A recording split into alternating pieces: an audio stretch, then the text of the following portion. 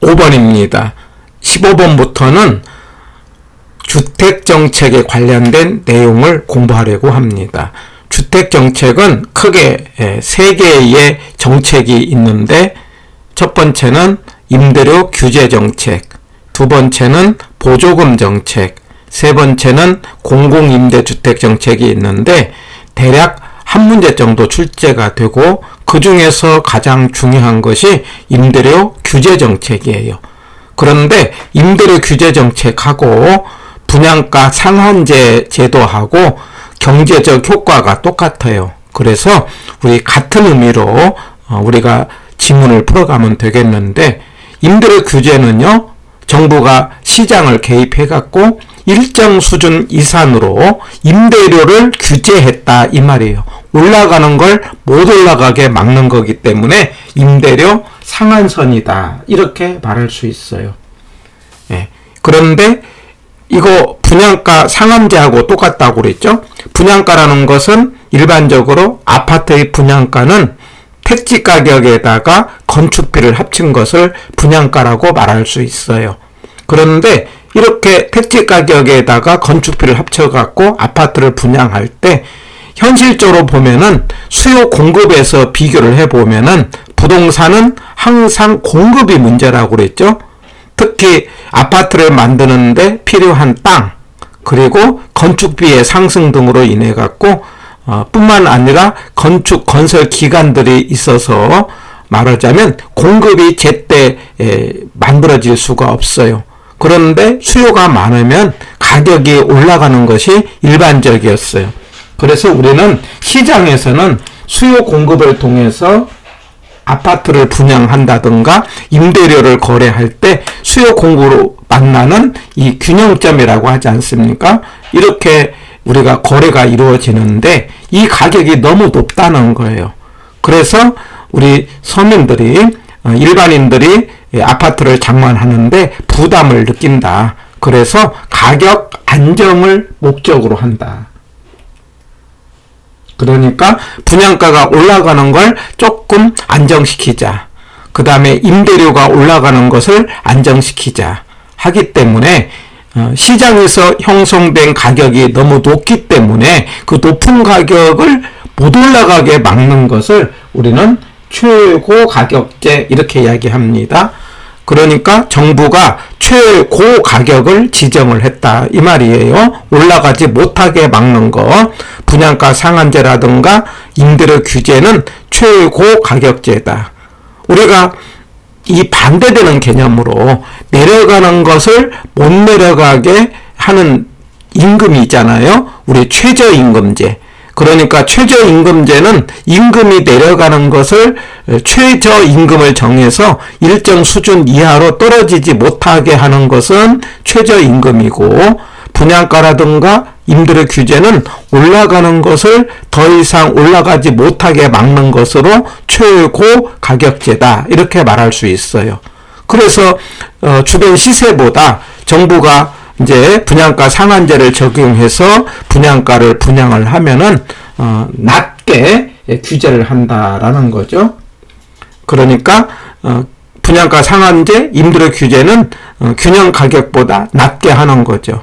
낮게 해야 그 정책의 효과가 생기는 거죠. 그런데 만약에 뭐냐면 높게 하면 어떤 일이 생기느냐 이런 질문을 물어봐요. 그러면 아무런 효과가 없다. 이렇게 이제 문제를 푸는 거죠. 예를 들어 이렇게 이해를 하세요. 이 시장에서 형성된 가격이 그냥 분양가로 편의상 평당 한 2천 정도씩 거래가 된다고 하자. 그 2천으로 형성된 분양 가격이 너무 높기 때문에 말하자면은 이보다 낮게 한 1,800 정도로 가격을 낮게 제시를 했다. 이런 개념이에요. 그런데 시세는 2천인데 정부가 가격을 제시할 때 2,200에 팔아라 이렇게 말을 하면은 정부의 말이 먹히지 않는다. 그걸 시험 문제는 뭐라고 한다? 높게 하면은 아무런 효과가 없다. 이렇게 문제를 풀고요. 그런데 현재 우리나라는 분양가 상한제 제도 하고 있어요. 그런데 이 현재 하고 있는 분양가 상한제는 가격을 딱 정해놓고 일정 수준 이상으로 못하게 하는 건 아니고, 아까 분양가라는 게 택지비하고 건축비라고 했잖아요. 그럴 때 이 택지비와 분양가에 분양 원가로 공급하라 라는 개념이 지금 현재의 분양가 상한제 개념이다, 이렇게 이해하시면 되겠어요. 그런데 건설사 입장에서는 분양 원가로 한다는 것은 초과율을 목표로 건설을 하고 있는데, 돈을 벌려고 하고 있는데 원가로 하라고 하니까 공급이 적어지겠죠. 그래서 어떻든 가격을 안정시키는 효과는 있다. 왜냐하면 정부가 강제로 하는 거기 때문에 단기적으로는 정책의 효과는 나타나는 거예요. 자, 그런데 목적은 이제 여기 정리를 한다면은 가격을 안정시키는데, 균형보다 싸게 하라고 하니까 말하자면 이만큼의 뭐가 생긴다? 초과 수요가 생긴다라는 거죠. 그러니까 주변 시세보다도 싸게 하라고 하니까 너도 나도 싼 아파트를 분양받으려고 하는 현상이 생기게 되는데, 이걸 초과 수요인데, 자, 이걸 초과 수요를 설명할 때 우리 부동산에 있어서의 공급은요, 장기 공급과 단기 공급으로 나눠서 생각할 수가 있어요. 제가 앞에서 설명할 때 단기라는 것은 수량의 변화가 없는 것, 이렇게 하자고 그랬어요. 그래서 일반적으로 단기 공급은 수직으로 이렇게 말할 수 있어요. 그래서 수직은 단기 공급 곡선, 이렇게 말할 수 있어요. 그 다음에 이제 우상향은 장기 공급 곡선, 이렇게 말할 수 있어요. 그런데 바로 이 부분이 수요지 않습니까? 그러니까 항상 오른쪽이 수요니까 수요가 뭐냐면 공급에 있는 양보다 많기 때문에 초과 수요가 있게 되는데, 단기는 이만큼 초과 수요가 있고 장기는 이만큼 초과 수요가 있으니까 초과 수요는 장기적으로 갈수록 초과 수요가 많다, 이렇게 말할 수 있어요. 다시요. 자, 우리가 분양가를 규제할 때 균형보다 싸게 하니까 너도 나도 그런 아파트를 살려고 하는 사람이 많아지는 것을 초과 수요라고 하고, 이런 초과 수요는 단기와 장기로 나눠서 이야기해 본다면은 단기보다는 장기에 더 초과 수요가 크다.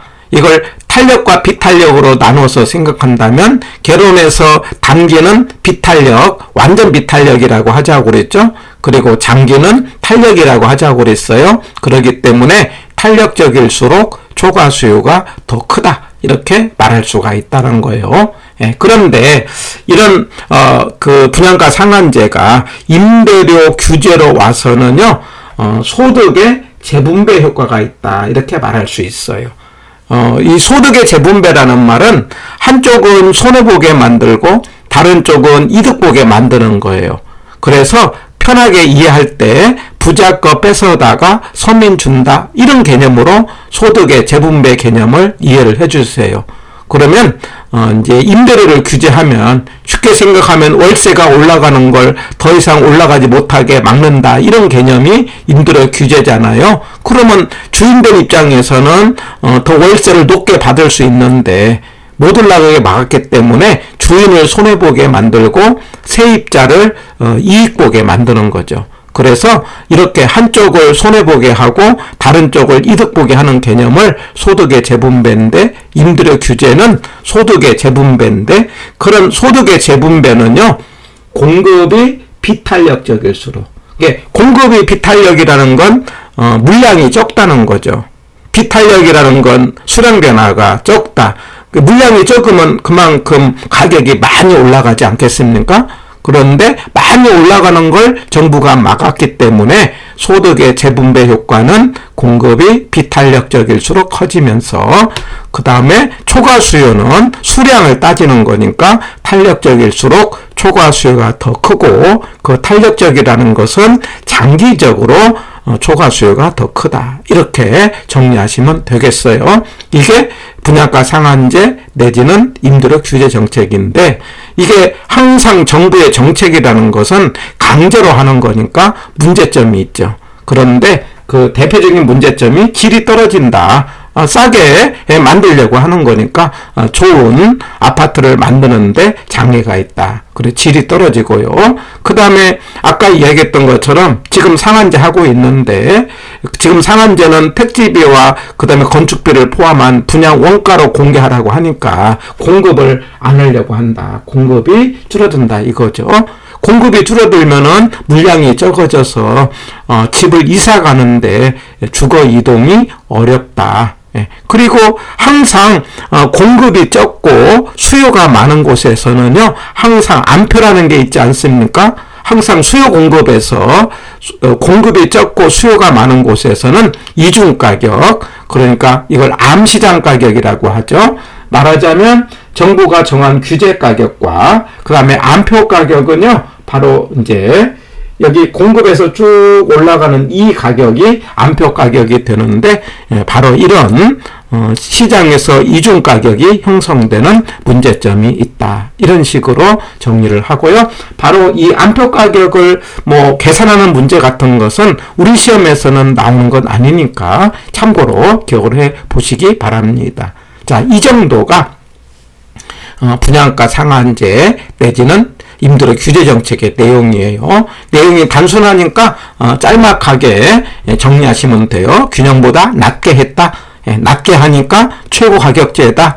낮게 하니까 초과 수요가 있는데 장기에 초과 수요가 많다.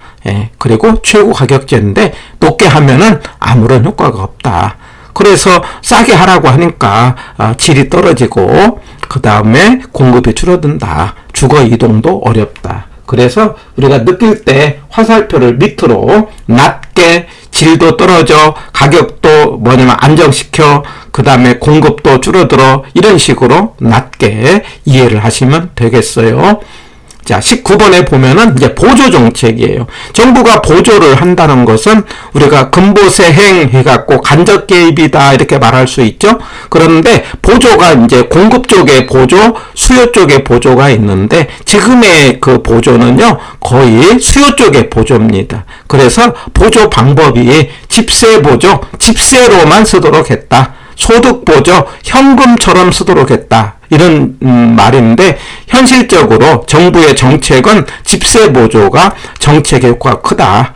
말하자면 받는 사람이 정부가 준 돈이 현금처럼 쓰게 하는 것을 소득 보조라고도 하는데 받는 사람은 만족이 클지 몰라도 정부의 정책은 집세 보조가 바람직하다. 이렇게 말할 수 있고요. 이렇게 보조를 하면은요, 말하자면 어떤 일이 생길까요? 이제 저가의 그 보조는 서민들한테 하니까 저가의 수요가 증가되죠. 그러면 저가의 수요가 증가되면서 가격이 올라가고 초과이윤이 있다. 그게 이제 임대료라면 임대료가 올라가니까 기존의 임대료를 내고 있는 주인이 혜택을 받는다라는 거예요. 그게 주인이 혜택을 받으니까 이제 물량을 늘리죠. 공급이 증가되죠. 공급이 증가되면 임대료가 떨어지면서 장기적으로는 임차인 혜택이다. 이런 식으로 문제를 풉니다. 다시요. 보조를 하면은 단기는 누가 이득이다? 주인이 이득이다. 그러나 장기적으로는 세입자가 이득이다. 그리고 이제 그 보조가 저가의 수요를 증가시키므로 우리 하향여고라는 게 생긴다. 그 하향여고가 생기면 저가 주택량을 증가시킨다. 그래서 보조 정책은 장기적으로 주택량을 증가시킨다. 이런 정도가 우리 시험에 출제가 됐어요. 그래서 15번부터 19번까지는 이제 두 가지 임대료 규제, 그 다음에 보조 이런 내용을 문제를 통해서 확인을 해 봅니다.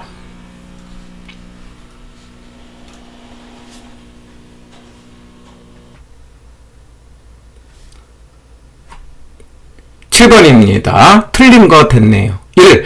임대료 보조 정책은 저소득층의 실질 소득 향상에 기여할 수 있다. 이제 보조를 해주니까 그만큼의 소득이 올라간다. 이렇게 말할 수 있어요. 그래서 1번 지문은 맞는 거.